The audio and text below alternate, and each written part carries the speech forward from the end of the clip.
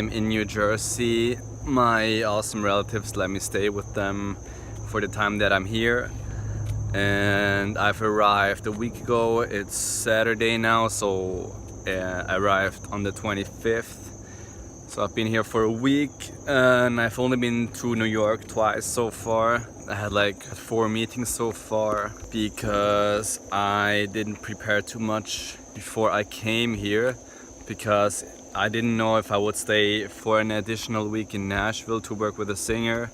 Yeah, I think I mentioned that one. Like, there was the singer that wanted to work with me, but then she kind of didn't manage to give me notice whether or not it's gonna happen, so it was too late afterwards.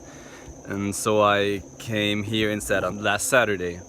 So I'm now setting up the meetings as I go along, and it's a bit frustrating because these meetings always take up a lot of time to set up, because you gotta coordinate with like 10 people at once to see which time slots work for who and so forth. So I want to have as little time as possible in between the meetings, but also enough time to stay at least an hour in each meeting. So for example, if I have a meeting at 1 p.m. and then maybe another one at 3 p.m. and it takes me like an hour to get from A to B, then I can stay about an hour in the meeting before I have to head off to the next one. But you never really know how these meetings go. So I want to have enough time to have like a good conversation for at least like an hour. But sometimes the meetings end a little shorter, or they go longer. I might be there for 10 minutes or 5 hours. Like, everything can happen. It's very unpredictable. But so I try to set it up as good as I can. And it takes me like an hour from New Jersey to get into New York, or maybe like 1.5 hours with the bus. It's very easy, but it takes a bit of time. And it's not too cheap, which, I mean, it's okay. I don't have to pay for an Airbnb here, so I can save up a lot of money. But it's not like I'm going to the city for one meeting, really. Yeah, so I didn't do much the first week because it just took some time to get the meeting set up. And it takes everybody some time to reply because they have stuff going on and everybody's kind of busy. And I might have to reschedule a couple of times, so it's very unpredictable. But that's why I've only met 4 people so far, 2 on Thursday and 2 yesterday and Friday. But then again, like for example, yesterday the first meeting took a little longer like to get there. So I ended up being there 11:30 instead of 11 a.m. And then I stayed for a while. And at first I planned on going to the next one, to be at the next one at like 2 or 3 p.m. I think. But that would have not been enough time because I wanted to eat in between. And the first meeting was out in Roslyn. That's east of Long Island. From here to there, it takes like 2.5 hours. And in the next meeting, I stayed for 2 hours. So if I had another meeting like 2 hours afterwards, I would have had to leave earlier and things like this. So it still took the whole day for 2 meetings only. I don't really mind long journeys because I'm usually working on a song or something on the bus or on the train or metro or whatever.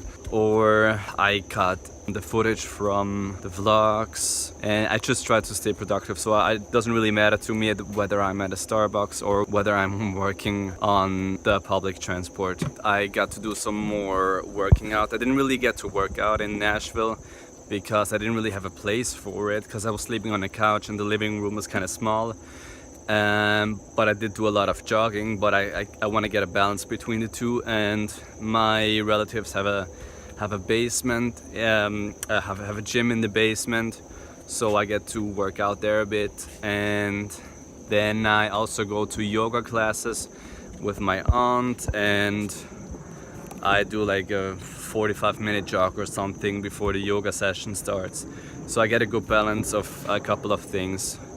And because it can be a little frustrating to set up the meetings, and my mind can get a little crazy, I now and then jump into the pool and swim a couple of laps to get my mind to chill and to refocus and just kind of find my middle again, which is super important. I found that when I'm trying to figure things out, I usually make it worse. So if, let's say, like my mind is racing or like I'm overthinking about something, trying to figure out the problem in my head usually does not make it go away. It usually makes it worse. What works best is to get my shit together and just get to work. I might not even have exactly something to do or that has to be done, but just for the sake of staying productive, or not like having like the mind go crazy, I, for example, pull up my laptop when I'm in a bus and just do like minor changes on a song that have to be done anyway. And on one hand, time goes by much faster. On the other hand, my mind is actually focused on something and productive. And it's not just like overthinking about all kinds of things. So hopefully that's a lesson I have learned by now. Because it's weird. It feels like the more I think about something, the more internally divided, I'd call it, I get.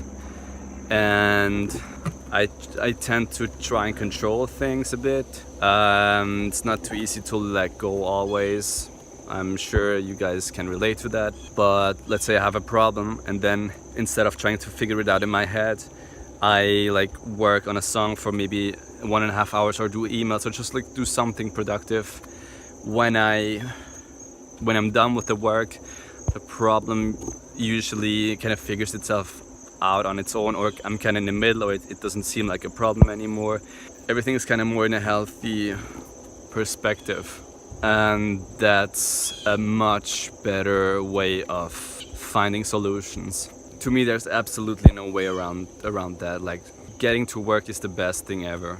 I've been wasting a lot of time just overthinking, but I hope I've learned my lesson now.